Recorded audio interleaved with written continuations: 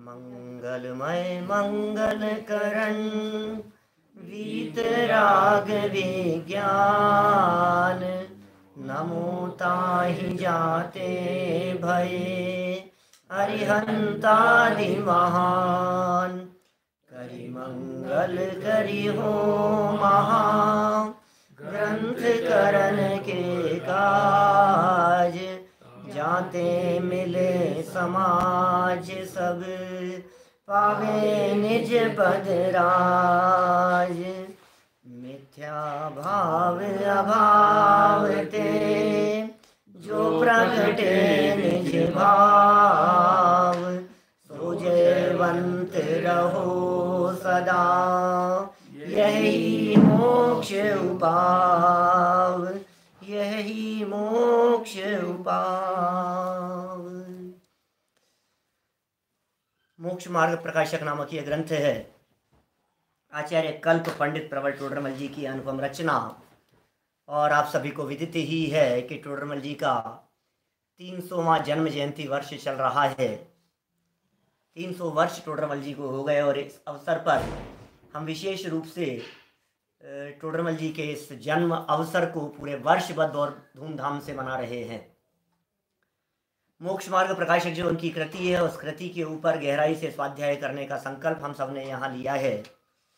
इस संदर्भ में हमने 1008 प्रश्नों का एक प्रश्न पत्र प्रश्न पुस्तिका भी सतपथ के माध्यम से निकाली है जो कुछ दिनों में आपके सामने आ जाएगी। और उसके भी यदि समस्त प्रश्नों के उत्तर यदि आपको जानने हैं तो प्रतिदिन इसका स्वाध्याय यहाँ से जब तक नहीं होगा तब तक आप उन प्रश्नों का जवाब कैसे दे पाएंगे। 1008 प्रश्न हैं, 1008 पुरस्कार हैं।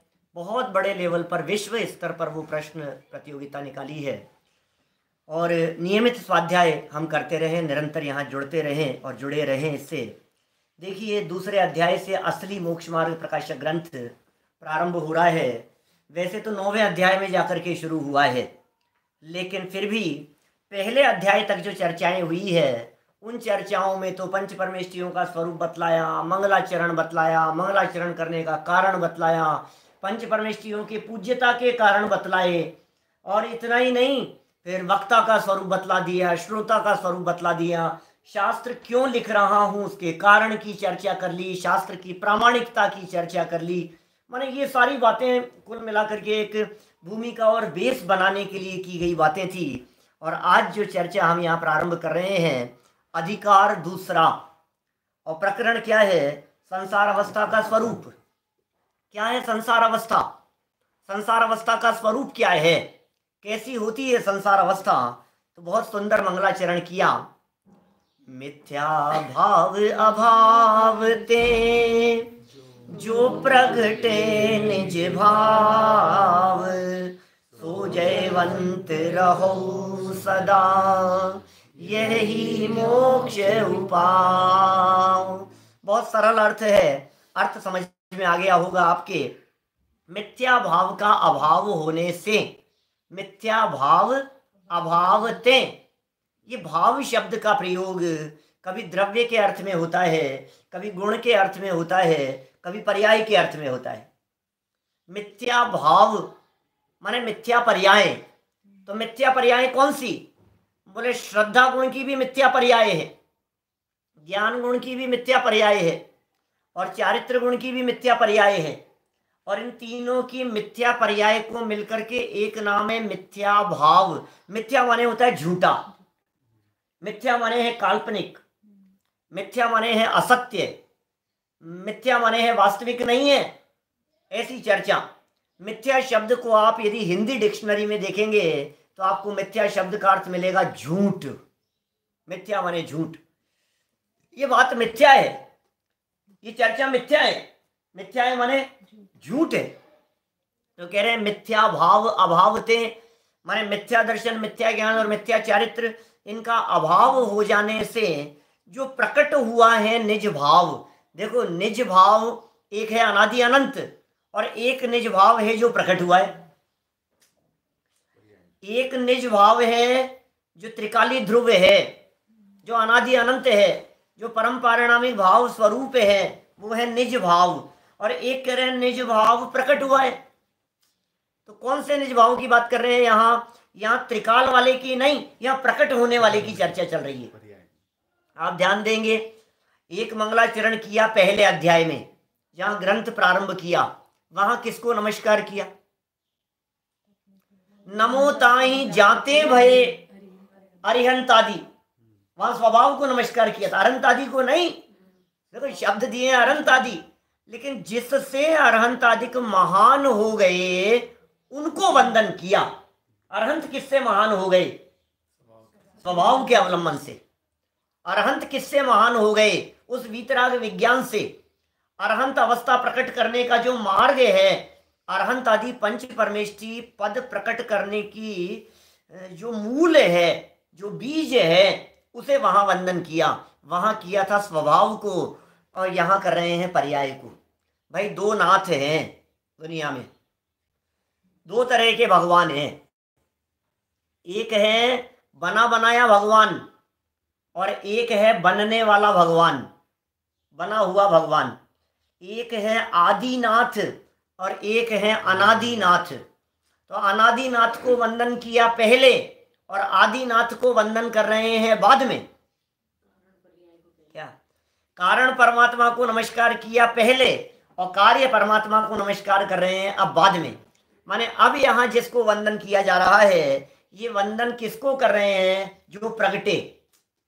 निज भाव भी प्रकट होता है। कहाँ प्रकट होता है? कि पर्याय में प्रकट होता है, अपनी अवस्था में प्रकट होता है, उसकी यहाँ बात कर रहे हैं। लेकिन देखो भाई, निज भाव की प्रकटता की चर्चा कर रहे हैं, पूर्णता की नहीं। एक बात ध्यान देना, मिथ्या भाव माने मिथ्या दर्शन, मिथ्या ज्ञान, मिथ्या चारित्र, अभी तो इनके अभाव की चर्चा कर रहे हैं। अभी कोई समस्त कर्मों के अभाव से प्रकट होने वाले की तो बात नहीं कर रहे हैं। अभी केवल ज्ञान की बात नहीं कर रहे हैं यहाँ। अभी यहाँ सिद्ध पर्याय की बात नहीं कर रहे। अभी यहाँ मुक्ति की बात नहीं कर रहे, मोक्ष अवस्था की बात नहीं कर रहे। अभी यहाँ अनंत सिद्ध अवस्था की बात नहीं कर रहे। तो किसकी बात कर रहे हैं? जो मिथ्या दर्शन, मिथ्या ज्ञान और मिथ्या चारित्र का अभाव होने से जो निज भाव प्रकट हो गया। समझ में आ रहा है? मिथ्या दर्शन, मिथ्या ज्ञान और मिथ्या चारित्र का अभाव हो जाने से जो प्रकट हो गया है, वो जयवंत रहो सदा, वो जयवंत रहो, उसकी जय जयकार हो और सदा रहो वो निज भाव। यह ही मोक्ष उपाव। इससे भी स्पष्ट हो रही है कि मोक्ष की बात नहीं है, मोक्ष के उपाय की बात है। उपाव माने उपाय, माने किसकी जय जयकार कर रहे हैं, किसके गीत गा रहे हैं? टोडरमल जी साहब ये कह रहे हैं कि हम मोक्ष के नहीं, मोक्ष के उपाय की जय जयकार कर रहे हैं। मोक्ष की जय जयकार तो सब करते हैं, यहां तो मोक्ष मार्ग भी जयवंत हो, ये बात कह रहे हैं। कैसी कैसी गजब की बात है। शाम को हम छेड़ाला में इनके गीत गाने वाले हैं, सम्यक दर्शन के, माने वहां सम्यक दर्शन के गीत गाए गए हैं, और यहां भी उस भाव को प्रकट होने के लिए उसे जयवंत कहा गया है। अध्याय की हेडिंग क्या दी है पंडित जी साहब? संसार अवस्था का स्वरूप। देखो बहुत गजब की बातें कहते हैं टोडरमल जी साहब, एक एक शब्द देखिए। अब इस शास्त्र में, ये जो शास्त्र है पीछे लिखा है इन्होंने, पहले अध्याय में हम बात कर चुके हैं, मैं शास्त्र लिख रहा हूं। पहले अध्याय के मंगलाचरण में कह दिया था महान ग्रंथ कर रहा हूं, ऐसा ग्रंथ कर रहा हूं जो महाग्रंथ होगा, जो विशाल ग्रंथ होगा, जिसमें सारे मोक्ष मार्ग की चर्चाएं होगी। बोले इस शास्त्र में मोक्ष मार्ग का प्रकाश करते हैं। कि अब तक क्या किया? अभी तक तो भूमिका बनाई थी, अब मोक्ष मार्ग का प्रकाश करते हैं। हाँ, वो तो पीठिका थी। पहले अध्याय को तो पीठ बंद प्ररूपण कहा था, माने ऐसी पीठ स्थापित की। पीठ माने ये रीढ़ की हड्डी, इसे कहते हैं पीठ। मैंने की थी जब पहले दिन चर्चा की थी, पीठ माने रीढ़ की हड्डी, इसके ऊपर पूरी बॉडी टिकी हुई है। किसी व्यक्ति की रीढ़ की हड्डी टूट जाए तो बोलो वो व्यक्ति खड़ा रह सकता है क्या? खड़ा नहीं हो सकता। तो बोले मोक्ष मार्ग रूपी पूरा का पूरा महल जिसके बेस पर खड़ा है, उसकी चर्चा हमने पीछे अध्याय में कर ली। पीठ बंद प्ररूपण, पंच परमेष्ठियों की चर्चा कर ली। पंच परमेष्ठियों के दम पर, सर्वज्ञ परमात्मा के दम पर, तीर्थंकर परमात्मा केवली भगवान की वाणी के दम पर ये पूरा का पूरा महल खड़ा हुआ है। वो नींव है, वो मूल है, उसकी चर्चा हो गई। अब यहाँ क्या कह रहे हैं, वहां बंधन से छूटने का नाम मोक्ष है। मोक्ष माने होता है मुक्ति। मोक्ष, मोक्ष शब्द का अर्थ क्या है? देखो जरा, मुच धातु से बना है मोक्ष, जिसका अर्थ होता है छूटना। मोक्ष माने छूटना। और किससे छूटने का नाम? बोले बंधन से छूटने का नाम मोक्ष, मुक्ति। इसका मतलब यह हुआ कि जब मोक्ष की बात करेंगे तो पहले यह प्रूफ करना पड़ेगा कि तुम बंधन में हो। कोई व्यक्ति बंधा ही नहीं हो तो उसकी मुक्ति की चर्चा कैसे होगी? किसी व्यक्ति से कहा जाए कि भाई साहब आप जेल से छूट के कब आए, तो इसका अर्थ क्या हुआ? जेल गया था, जेल गया था तभी तो छूट करके आने का प्रश्न किया गया। तो हमने कहा कि ये जीव मुक्त कैसे होगा, इस जीव को मोक्ष की प्राप्ति कैसे होगी? बोले पहले तो ये सिद्ध करो कि ये जीव बंधन में है। यदि ये जीव बंधन में है, आप इस बात को सिद्ध कर देंगे तो फिर हम मुक्ति की बात आपसे सुन लेंगे। तो टोडरमल जी यहाँ संसार अवस्था का स्वरूप बतला रहे हैं। बंधन से छूटने का नाम मोक्ष है, और इस आत्मा को कर्म का बंधन है, और उस बंधन से आत्मा दुखी हो रहा है। कौन से आत्मा को? इस आत्मा को।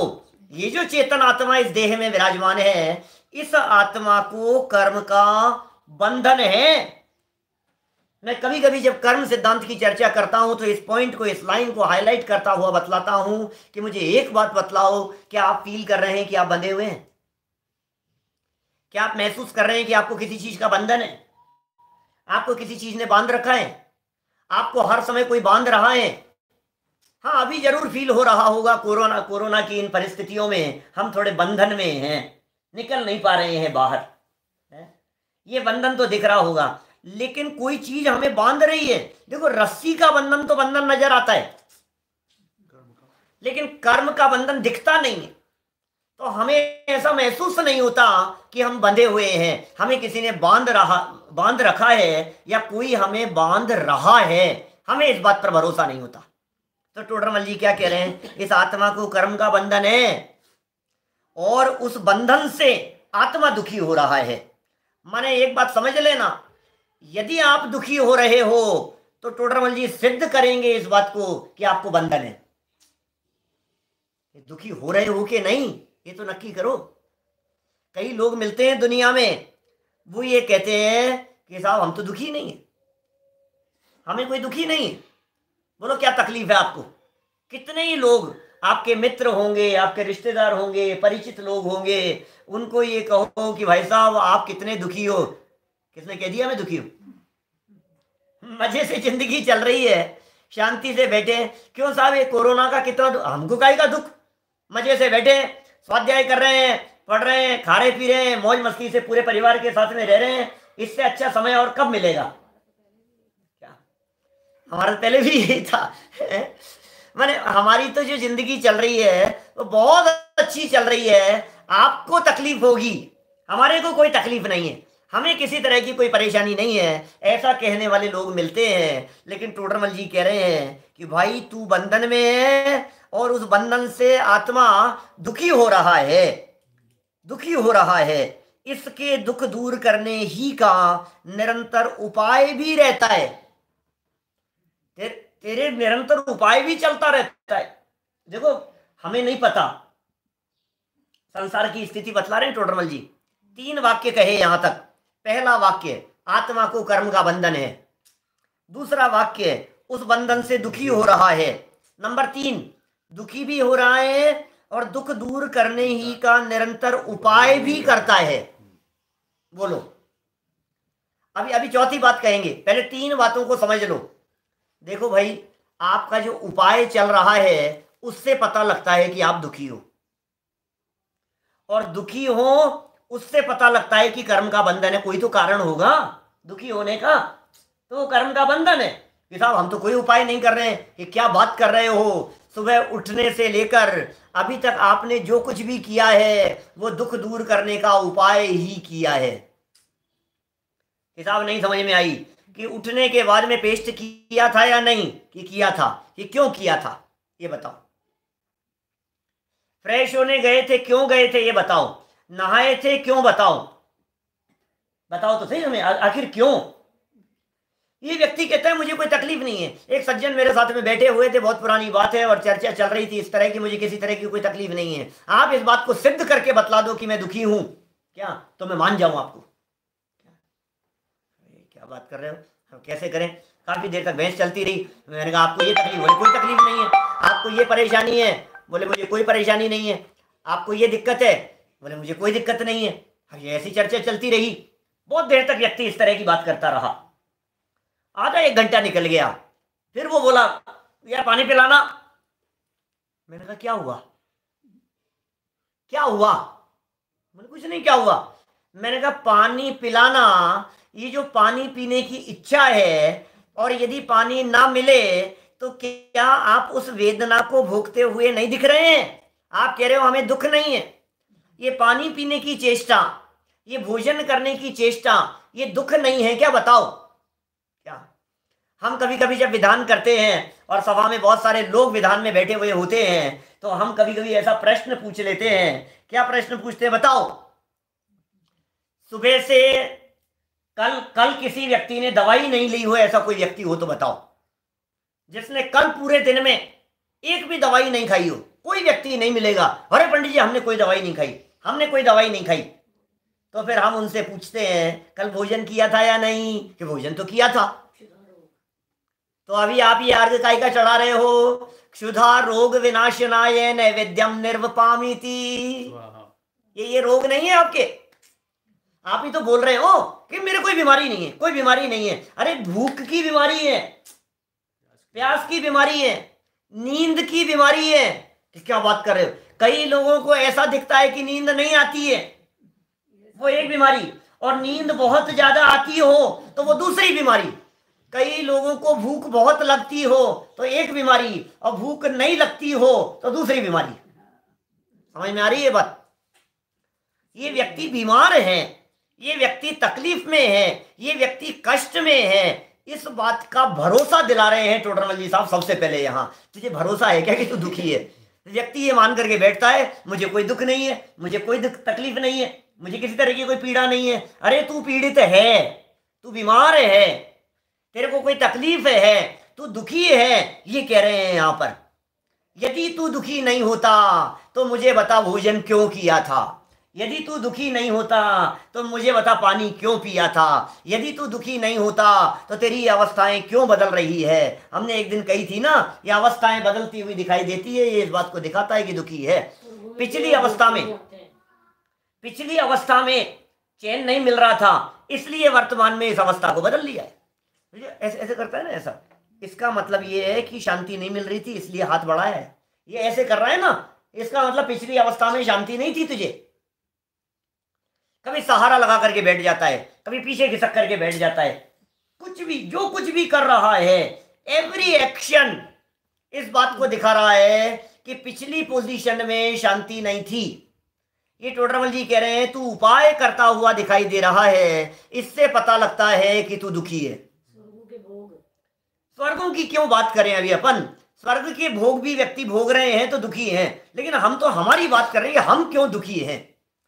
टोडरमल जी यहाँ बात करेंगे आगे चल करके, तीसरे अध्याय में आकर के चतुर्गति के दुखों की जब बात करेंगे तो विस्तार से बतलाएंगे उन सब बातों को कि स्वर्ग वाले भी दुखी हैं, ये भी दुखी हैं, हर व्यक्ति दुखी है, हर आत्मा दुखी है, सुख शांति को जुटी है, हर दृष्टि हो के व्याकुल महावीर पे टिकी है।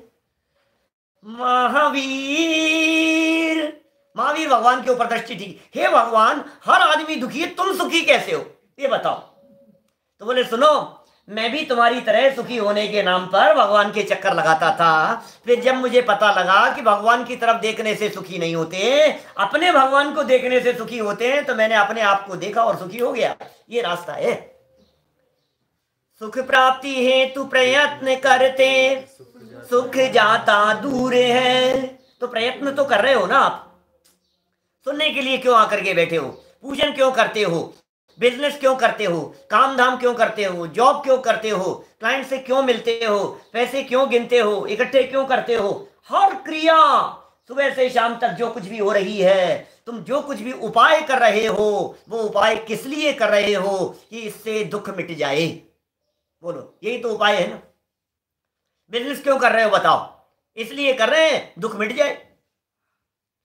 धन क्यों इकट्ठा कर रहे हो? इसलिए कर रहे हैं कि दुख मिट जाए। मकान क्यों बना रहे हो? कि इसलिए बना रहे हैं कि दुख मिट जाए हमारा। अच्छी ड्रेस क्यों लेकर के आए हो? कि दुख मिट जाए। अब ये उपाय कर रहे हैं। अब टोडरमल जी लेकिन अगला वाक्य क्या कह रहे हैं? परंतु। ये टोडरमल जी का बड़ा गजब का वाक्य है। टोडरमल जी कह रहे हैं, शब्द ही गजब का है टोडरमल जी का। परंतु माने जितनी बातें पीछे कही है सब के ऊपर चौकड़ी मार दो। तू उपाय तो कर रहा है, परंतु सच्चा उपाय प्राप्त किए बिना दुख दूर नहीं होता। अब ये क्या गजब की बात कह रहे हैं। उपाय तो कर रहा है, दुखी भी है और उपाय भी कर रहा है, परेशान भी है और उस परेशानी से बचने के लिए कोशिश भी कर रहा है, लेकिन कह रहे हैं सच्चा उपाय जब तक नहीं करेगा तब तक दुख दूर नहीं होता। बहुत कोशिश की साहब, हमने बहुत कोशिश की, फिर भी काम नहीं हुआ। कि तूने कोशिश क्या की थी ये तो बता। सच्चा उपाय किया ये तो ध्यान ही नहीं दिया। एक राजा ने अपने यहां एक घोषणा की पूरे नगर में कि आप लोगों के बल का परीक्षण किया जाएगा। जो जितना बलवान होगा क्या उसको उतना पुरस्कार दिया जाएगा। और बल के परीक्षण के लिए एक दरवाजा है, इस दरवाजे को बहुत टाइट बंद किया हुआ है, इसे धक्का लगा करके इसे खोलना है। कैसे खोल सकते हो आप, कितनी ताकत है आप में, उसकी जांच की जाएगी। और बहुत सारे लोग लग गए कोशिश करने में। बहुत कोशिश की, धक्का लगाया और वो खुले ही नहीं। बहुत कोशिश की, वो खुले ही नहीं, खुले ही नहीं, खुले ही नहीं। फिर कोई एक बुद्धिमान व्यक्ति आया और उस बुद्धिमान व्यक्ति ने देखा उसे कि बोले कुछ तो बात है, राजा कुछ तो परीक्षा लेना चाहता था, आखिर कुछ न कुछ तो बात है, कोई गहरी बात छिपी है इसमें। तो उसने धक्का नहीं लगाया, उसने गहराई से दरवाजे को देखा। वहां बहुत छोटे छोटे अक्षरों में लिखा हुआ था PULL। ये खींचा और दरवाजा खुल गया। आप समझ रहे हैं? आप जो प्रयास कर रहे थे धक्का लगाने का, ये प्रयास ही उल्टा था। आप जो मेहनत कर रहे हो, आप जो परिश्रम कर रहे हो, वो परिश्रम ही उल्टा है। कितना सरल उपाय है, उपाय बहुत सरल है, मार्ग बहुत सरल है, लेकिन उल्टा करेगा तो क्या होगा ये बता। तो टोडरमल जी कह रहे हैं आज तक तूने जितने भी प्रयत्न किए हैं, तूने सुखी होने के नाम पर जितना इकट्ठा करने का प्रयास किया, ये तेरा प्रयत्न ही उल्टा है। तूने सुखी होने के नाम पर जितना ट्रेडमिल पर घूमा, जितना मॉर्निंग वॉक किया, जितना तूने प्राणायाम किया सुखी होने के नाम पर, ये सब झूठा है। सुखी होने के नाम पर तूने आज तक जितने लड्डू खाए, जितने खीर के प्याले पिए, सब झूठा है। हम तुझसे पूछना चाहते हैं, चल सच्ची बात बतला, आज तक तूने बचपन से लेकर कितने लड्डू खाए? बोलो। कई लोग जो मुझे रेगुलर सुनते रहते हैं वो सोच रहे होंगे डोसे क्यों नहीं बोल रहे आप? कितने डोसे खाए बतलाओ? कितनी कचौरियां खाई सुखी होने के लिए? कितने प्याले खीर के पिए आपने आज तक? फिर सुख मिला के नहीं? और फिर भी क्या होता है, आज पता लगा कि खीर बन रही है और चेहरे पे प्रसन्नता दिखाई दे रही है। अरे जिस प्रयत्न को करने से आज तक सुखी नहीं हुआ, उस प्रयत्न से अब कैसे सुखी हो जाएगा ये बता। जो काम करने से तुझे आज तक शांति नहीं मिली, उसी काम को रिपीट रिपीट रिपीट करता रहेगा तो कब शांति मिल जाएगी, कब सुख मिल जाएगा? ये बात समझ में नहीं आती है। तू उपाय जो कर रहा है वो उपाय ही झूठा है, गलत प्रयत्न कर रहा है, गलत डायरेक्शन में जा रहा है, दिशा ही तेरी गलत है। जाना है इधर और जा रहा है इधर। गलत रास्ते पर, हमारे सतपथ का वाक्य है, गलत रास्ते पर कितने ही आगे क्यों न निकल जावे, वहां से मुड़ जाना, लौट आना चलते रहने से बेहतर है। अरे साहब इतना तो चल लिया, अब क्यों उल्टा उल्टा क्यों घुमा रहे हो? भाई साहब चलते रहने से बेहतर है घूम जाओ आप, रास्ता गलत है, गलत रास्ता आपने पकड़ रखा है। सही रास्ता पकड़ो, सही दिशा में चलो। दिशा यदि तुम्हारी सही होगी तो फिर चाहे एक एक कदम चलो। अरे महीने में एक कदम चले कोई बात नहीं, 15 दिन में एक कदम आगे बढ़ेगा, 2 साल में एक कदम बढ़ेगा, लेकिन दिशा सही हो तो तू कभी ना कभी मंजिल पे पहुंचेगा ही। 100 साल लग जाए, 1000 साल लग जाए, हजारों साल लग जाएं, लेकिन दिशा सही हो तो मंजिल की प्राप्ति होगी। सम्यक दृष्टि ज्ञानी जीव है ना, उसकी दिशा सही है। अब बताओ मोक्ष प्राप्त करने में कितना टाइम लगेगा? सम्यक दृष्टि जीव को मोक्ष प्राप्त करने में कितना टाइम लगता है? अधिक से अधिक अर्धपुद्गल परावर्तन। वो तो सम्यक्त्व छूट जाए तो, और सम्यक्त्व नहीं छूटे तो 15 भाव, शैवक्षम सम्यक्त्व बना रहे तो 15 भाव, और क्षायिक सम्यक्त्व हो तो अधिकतम 4थे भाव में मोक्ष की प्राप्ति। अब ये कितना सरल उपाय कह रहे हैं। बोले रास्ता मिल गया ना तुझे तो कुछ सागरों तक के लिए कह दिया हमने, 66 सागर तक का काल कह दिया शिवोक्षम सम्यक्त्व का। अंतर्मूर्त बीच में छूट करके कहे तो 132 सागर कह दिए। 132 सागर, इतना लंबा काल। क्या हाँ, कोई दिक्कत नहीं, क्या फर्क पड़ गया? क्या होता है 132 सागर? कि साहब सागर की चर्चा करते हैं तो दिमाग के ऊपर से जाती है कि बात तो तेरी ठीक है, लेकिन एक बार भरोसा इस बात का हो जाए सही दिशा है, कोई फर्क नहीं पड़ता। टाइम लगेगा, लग जाएगा।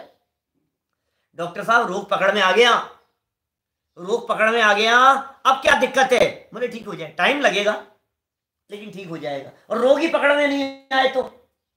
ये रोगी और वैद्य के उदाहरण से आगे चर्चा करने वाले हैं। देखिए क्या वाक्य पढ़ा अपन ने, परंतु सच्चा उपाय प्राप्त किए बिना दुख दूर नहीं होता।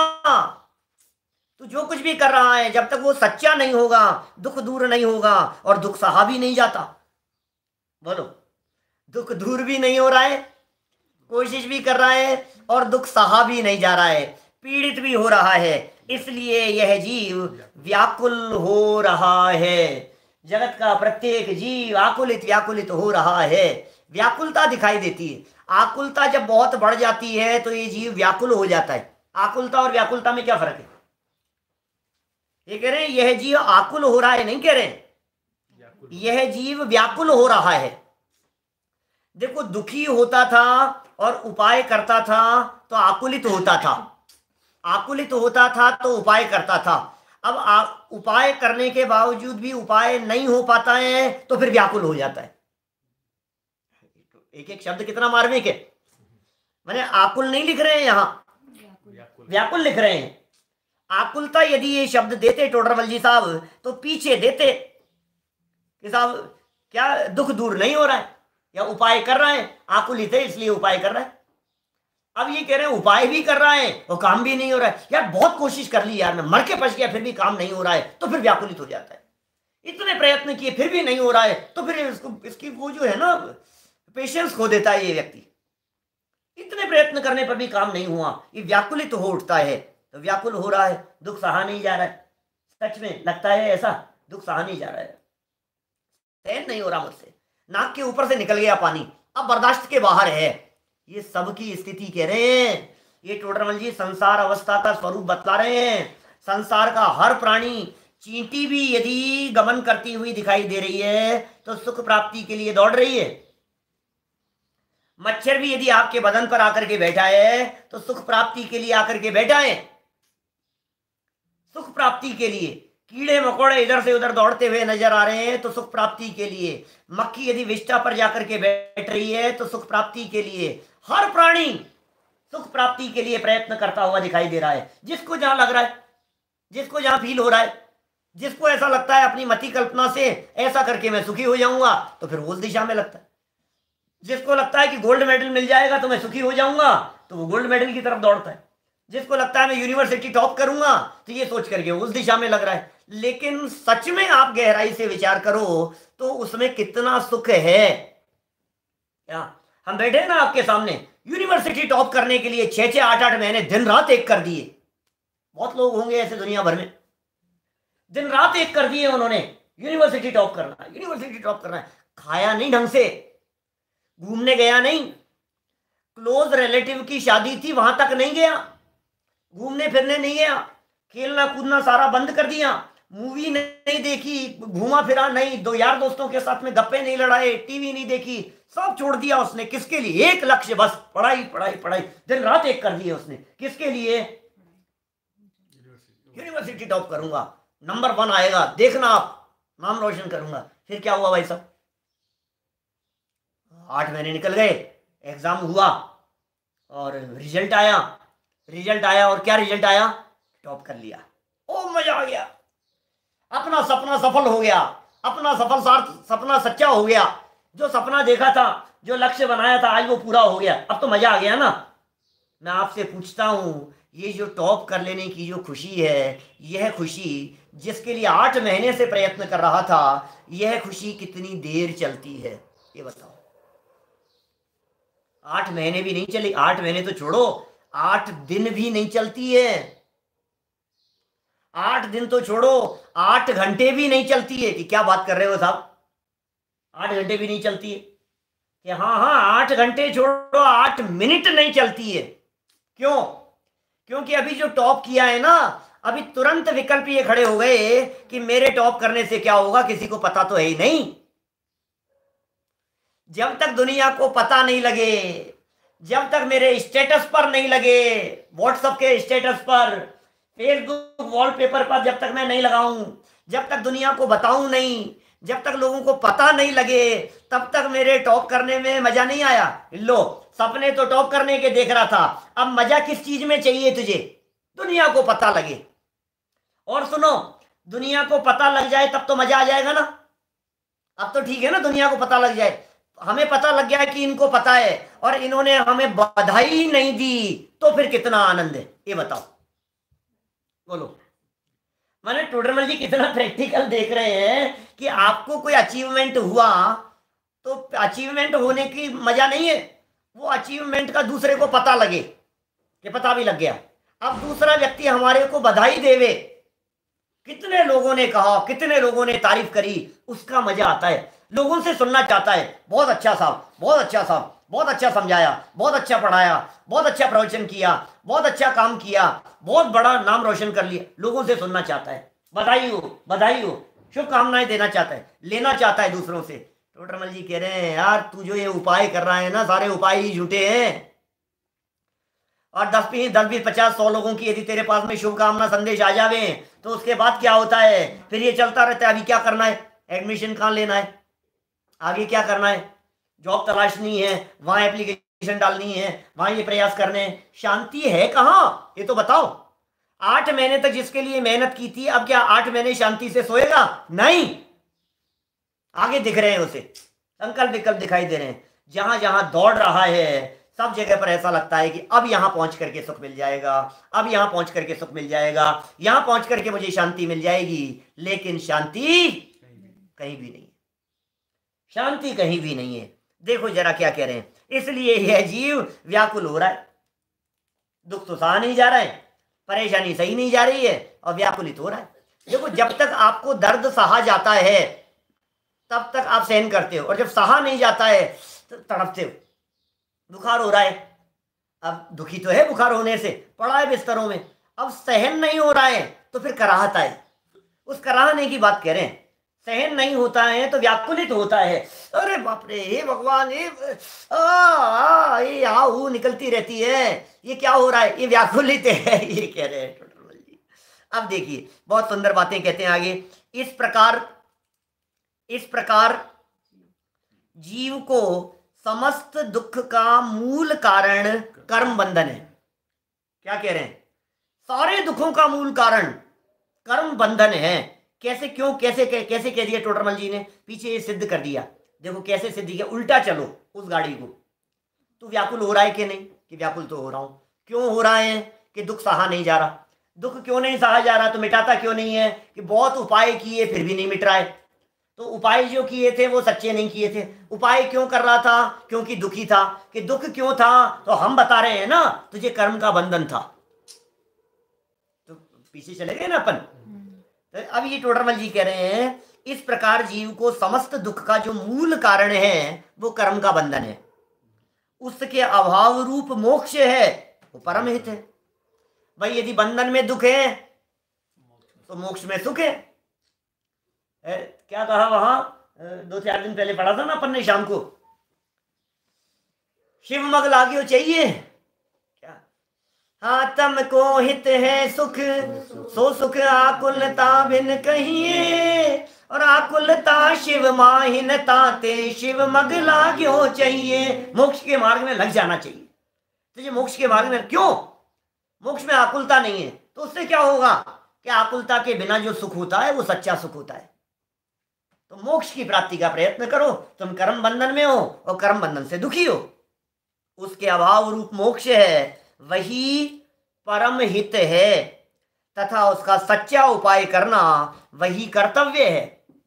हमारा कर्तव्य क्या है, क्या करें बतलाओ, क्या कर्तव्य है भगवान आपका? कि साहब कर्तव्य ये है कि तू परेशान है तो इसको दूर कर। तेरे ऊपर जो ये संकट दिखाई दे रहा है, इस संकट से बचने की कोशिश कर, ये तेरा कर्तव्य है। भोजन करना तेरा कर्तव्य नहीं है। तूने ये समझ लिया कि मैं भूख से दुखी हूं इसलिए भोजन करना कर्तव्य नजर आता है। और वे महामुनिराज जो ज्ञान ध्यान तप में लीन रहते हैं, उन्हें भोजन करना कर्तव्य नहीं दिखाई देता, तो उन्हें भोजन का दुख नहीं लगता है। बोलो ऋषभदेव स्वामी 6 महीने तक कितने दुखी हुए होंगे? क्या 7 महीने और 9 दिन वे कितने दुखी हुए होंगे जब वे रोजाना आहार चर्या के लिए जाते थे और आहार नहीं मिलता था। उन्होंने समझ लिया ये मेरा काम नहीं है, मेरा कर्तव्य नहीं है, मेरा कर्तव्य तो आत्मस्वरूप का अनुभव करना है। दृष्टि बदल गई। इसलिए सच्चा उपाय करना ये कर्तव्य है। इसलिए इस ही का इसे उपदेश देते हैं। इसलिए हम तुम्हारे को जो उपदेश देते हैं वो उपदेश कैसा दे रहे हैं? सच्चा उपाय करने का उपदेश दे रहे हैं। अब एग्जाम्पल टोडरमल जी का बड़ा गजब का एग्जाम्पल है, आगे अध्यायों तक चलेगा। माने सटीक उदाहरण, रोगी और वैद्य। इसे देख करके हमारे को ऐसा लगता है कि ये क्या टोडरमल जी कितने जबरदस्त वैद्य थे और कितनी जबरदस्त पकड़ थी टोडरमल जी साहब को, ये हमारे को पता लगता है। यहाँ देखिए, वहां जैसे वैद्य है तो रोग सहित मनुष्य को प्रथम तो रोग का निदान बतलाता है। क्या मनुष्य रोग सहित है और वैद्य जी ये बतला रहे हैं कि तेरे बीमारी है। कभी कभी ऐसा होता है ना, व्यक्ति गया डॉक्टर के पास में और डॉक्टर को कहता है कि मेरे ये है, तो वैद्य जी क्या करते हैं, नाड़ी देख करके बतलाते हैं, भाई साहब आपको ये रोग है, ये रोग है आपको। नहीं मेरे तो कोई रोग नहीं है। जैसे कभी ऐसा भी होता है, किसी और को दिखाने के लिए गए, क्या और वहां दिखाने के लिए तो दूसरे को गए थे, हमारे किसी तरह की कोई बीमारी और तकलीफ नहीं थी। फिर क्या हुआ, हमें तो तकलीफ नहीं थी किसी भी प्रकार की, तो परिचित थे, उन्होंने कहा लाओ पंडित जी आपको भी देख लेते हैं। अरे हम ठीक है, हम ठीक, कोई दिक्कत नहीं है, हमारे को कोई तकलीफ नहीं है। कि नहीं नहीं फिर भी हम जांच लेते हैं। हमारे डॉक्टर साहब हेमंत भाई वहाँ न्यू जर्सी में बोले मेरे से कि पंडित जी आप जांच कर लेते हैं। तो मैंने कहा नहीं मैं बिल्कुल ठीक हूँ, कोई ज़रूरत, बोले आपको ज़रूरत नहीं है, हमें ज़रूरत है, हम जांच कर लेते हैं आपकी। तो जांच की उन्होंने, तो जांच की तो पता लगा अरे आपको तो ये बीमारी है। कि नहीं मेरी बीमारी नहीं है। कि नहीं है आपको बीमारी, बताओ ऐसा होता है कि नहीं? कि साहब ऐसा तो होता है। ऐसा होता है कि नहीं? कि ऐसा तो होता है। तो इसका मतलब ये सिद्ध कर रहे हैं, देखो रोगी और वैद्य का उदाहरण दे करके पंडित जी क्या कह रहे हैं। जैसे वैद्य है तो रोग सहित मनुष्य को प्रथम तो रोग का निदान बतलाता है। निदान माने क्या होता है? उपाय नहीं, दूर करने का उपाय नहीं, ये रोग है इस बात का प्रमाण। निदान माने जांच, जांच को कहते हैं निदान। ये पता लग गया, शोध लिया इस चीज को, शोधन करके किसी चीज को पता लगाने का नाम है निदान। जांच करके किसी चीज को मालूम कर लेने का नाम है निदान। तो रोग का निदान बतलाता है कि इसका मतलब तुम रोगी हो, ये बतलाता है कि इस प्रकार ये रोग हुआ है, तथा उस रोग के निमित्त से उसके जो जो अवस्था होती हो वह बतलाता है। रोगी है, रोग बतलाता है, और रोग के निमित्त से ज्यादा जो जो अवस्था है माने सिम्टम्स बतलाता है कि बतलाओ भाई आपके ये दिख रहा है कि नहीं? कि मन नहीं लगता होगा आपका, कि हाँ। खाने का मन नहीं होता होगा, कि हाँ बात बराबर है। कि सर भारी रहता है, कि हाँ। कि कभी कभी नींद नहीं आती है, कि हाँ बात तो सही कह रहे हो। पेट दर्द करता है, कब्ज रहती है, कि हाँ ऐसा रहता है। तो भाई ये सारे उपाय बतलाए उन्होंने, सिम्टम्स बतलाए उन्होंने, जो जो अवस्था होती है वह बतलाता है। उससे उसको निश्चय होता है कि मुझे ऐसा ही रोग है। अब पक्का भरोसा हो गया, क्या बात, तो पहले तो कहा कि ये रोग है, आपको ये बतलाया कि तुम्हारे हार्ट की प्रॉब्लम है। क्या बात कर रहे हो, मेरे कोई प्रॉब्लम नहीं है। कि नहीं है, ये देखो ऐसा है ना, इससे पता लगता है कि हार्ट में तकलीफ है, आपकी किडनी में तकलीफ है। कि नहीं नहीं कोई तकलीफ नहीं है, कि देखो तुम्हारी ये ऐसा होता है ना, इससे पता लग रहा है कि तुम्हारी किडनी में प्रॉब्लम है। बताते हैं इस तरह से, भाई साहब आपके है ना प्रोटीन की कमी है, ये कैसे पता कि तुम्हारे बाल झड़ रहे हैं, इससे पता लगता है। फिर तुमने कैसे कहा कि हम बता रहे हैं ना, लक्षण बतला रहे हैं, उनसे पहचानो। तो उसे क्या हुआ, निश्चय होता है कि मुझे ऐसा रोग हुआ है। फिर उस रोग को दूर करने का उपाय अनेक प्रकार से बतलाता है और उस उपाय को कि उसे प्रतीति कराता है। इतना तो वैद्य का बतलाना हुआ। यहां तक तो रोगी ने कुछ नहीं किया, वैद्य जी की बात कर रहे हैं, डॉक्टर की बात नहीं कर रहे हैं। ये एलोपैथी वाले डॉक्टर जो हैं इनको कुछ पता नहीं लगता है क्या चल रहा है। वैद्य जी तो नाड़ी देखते हैं और बात बतला देते हैं। ये बात अलग है कि टोडरमल जी के समय में, उस समय में मेडिकल डॉक्टर होते ही नहीं होंगे, वैद्य जी चलते थे उस समय, तो इसलिए वैद्य का उदाहरण दिया। लेकिन ये सारे टेस्ट करते रहते हैं ये, और वो नाड़ी देख करके बतला देते हैं, चेहरा देख करके बतला देते हैं। यार भाई साहब आपके ऐसा हो रहा है, वैसा मुझे पता है। क्या बात है, ये चेहरा फीका कैसे पड़ रहा है, ये क्या बात है, ये चेहरा थोड़ा काला पड़ता हुआ दिखाई दे रहा है, क्या बात है, आपके आंखों के नीचे ये जो काले धब्बे दिखाई दे रहे हैं, कुछ ना कुछ यार ये परेशानी है आपको। अब ये तो स्वस्थ दिख रहा था, इसको दुख नहीं दिखाई दे रहा था, और वैद्य जी ने देख करके बतला दिया कि तुझे ये तकलीफ है, तो ये मानने को तैयार नहीं। फिर वैद्य जी ने लक्षण बतलाए। देखो पहले रोग बतलाया वैद्य जी ने, फिर रोग बतलाने के बाद में लक्षण बतलाए, माने उससे होने वाली अवस्थाएं बतलाई। तो कहा हाँ ये अवस्थाएं हो रही है। फिर विश्वास कराया कि तेरे ये रोग है, कि हाँ विश्वास हो गया। अब विश्वास हो जाने के बाद अब दूर करने के उपाय बतलाते हैं, यहां तक का काम, और इस उपाय से ये तकलीफ दूर हो जाएगी। इतना सब तो काम वैद्य जी की तरफ से हुआ, ये तो वैद्य जी का काम हो गया। इतना तो वैद्य का बतलाना हुआ। अब तबीयत ठीक हो जाएगी ना, अब तो क्यों साहब, अब तो तबीयत ठीक हो जाएगी कि नहीं। वैद्य मिल गए, रोग बतला दिया, सिम्टम्स बतला दिए, दवाई बतला दी, उपाय बतला दिया, प्रतीति करा दी, विश्वास दिला दिया, अब तो तबीयत ठीक हो जाएगी ना कि नहीं। यहां तक तो सारा काम वैद्य जी का हुआ है, असली काम तो तुझे करना है, वैद्य जी के बताने से थोड़ी ना होगा। ये क्या करना है, यदि वह रोगी उसका साधन करे करे तो रोग से मुक्त होकर अपने स्वभाव रूप प्रवर्ते, यह रोगी का कर्तव्य है, ये काम रोगी का है। रोगी वैद्य का उदाहरण दिया, इतना सांगोपांग घटित करते हैं टोडरमल जी। वैद्य की जगह पर ये नीचे लगाते जाओ जीव, क्या शास्त्र, और क्या लगाना, रोग, कर्म बंधन रूपी रोग, और फिर उसके सिम्टम्स, अवस्थाएं, हूबहू लाइन बदलते जाओ आप, तो वो उदाहरण नीचे आपको सिद्धांत पर घटित होता हुआ दिखाई देगा। चलिए सिद्धांत पढ़ते हैं, अपन बात पूरी करेंगे। उसी प्रकार यहां कर्म बंधन युक्त जीव को प्रथम तो कर्म बंधन का निदान बतलाते हैं। सबसे पहले तो भाई साहब मुझे पता है तुम्हें कर्म का बंधन है, ये कर्म बंधन का निदान बताते हैं कि ऐसे ही ये कर्म बंधन हुआ है, ये इस प्रकार तुम्हें कर्म बंधन हुआ है, ये ऐसा तुम्हें रोग है, ये निदान बताते हैं। तथा उस कर्म बंधन के निमित्त से इसके जो जो अवस्था होती है वह बतलाते हैं। अभी टोडरमल जी बतलाने वाले हैं दूसरे अध्याय में। इस पूरे दूसरे अध्याय में जो चर्चाएं चलने वाली है वो पूरी चर्चाएं यही चलेगी कि इस कर्म के होने से तुम्हारे ऐसी अवस्था हुई, इस कर्म से तुम्हारी ऐसी अवस्था हुई, बताओ हो रही है कि नहीं, बताओ हो रही है कि नहीं। दूसरे अध्याय में कर्म से होने वाली अवस्थाओं की बात की, और तीसरे अध्याय में उससे होने वाले दुखों की चर्चा की। कर्म की चर्चा दूसरे अध्याय में भी है और कर्म की चर्चा तीसरे अध्याय में भी है। दूसरे अध्याय में कर्म के उदय से अवस्था हो रही, क्योंकि विश्वास दिलाना है, इस दूसरे अध्याय में विश्वास दिलाना है कि तू बीमार है। बीमार व्यक्ति को बीमारी का विश्वास ही नहीं हो रहा है, रोगी को रोग का विश्वास ही नहीं हो रहा है, उसे भरोसा ही नहीं हो रहा है, नहीं नहीं रिपोर्ट झूठी है, तकलीफ ही नहीं है यार, मैं जबरदस्ती डॉक्टरों के चक्कर में पढ़ूं, डॉक्टर साहब ने कह दिया ऑपरेशन कराओ, मुझे कोई तकलीफ ही नहीं है, मैं कहेगा ऑपरेशन कराओ। तो डॉक्टर तुम्हें विश्वास दिलाता है कि सुनो इसके ये नाक का ऑपरेशन कराओ, इसमें इसको सांस लेने में तकलीफ हो रही है, मैं बतला रहा हूं आपको, आप समय बदल जाएगा, आप करके देखो एक बार।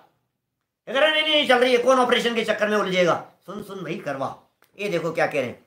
तो अवस्था होती है वह बतलाते हैं, उससे जीव को निश्चय होता है, माने सिम्टम्स बतलाने से, लक्षण बतलाने से निश्चय, या निश्चय का मतलब है भरोसा, यहाँ निश्चय का मतलब है विश्वास होता है कि मुझे ऐसा ही कर्म बंधन है, इस बात का विश्वास होता है, तथा उस कर्म बंधन के दूर होने का उपाय अनेक प्रकार से बतलाते हैं। श्री गुरु बतलाते हैं, आचार्य बतलाते हैं, शास्त्रों में बतलाते हैं, और उस उपाय की इसे प्रतीति कराते हैं।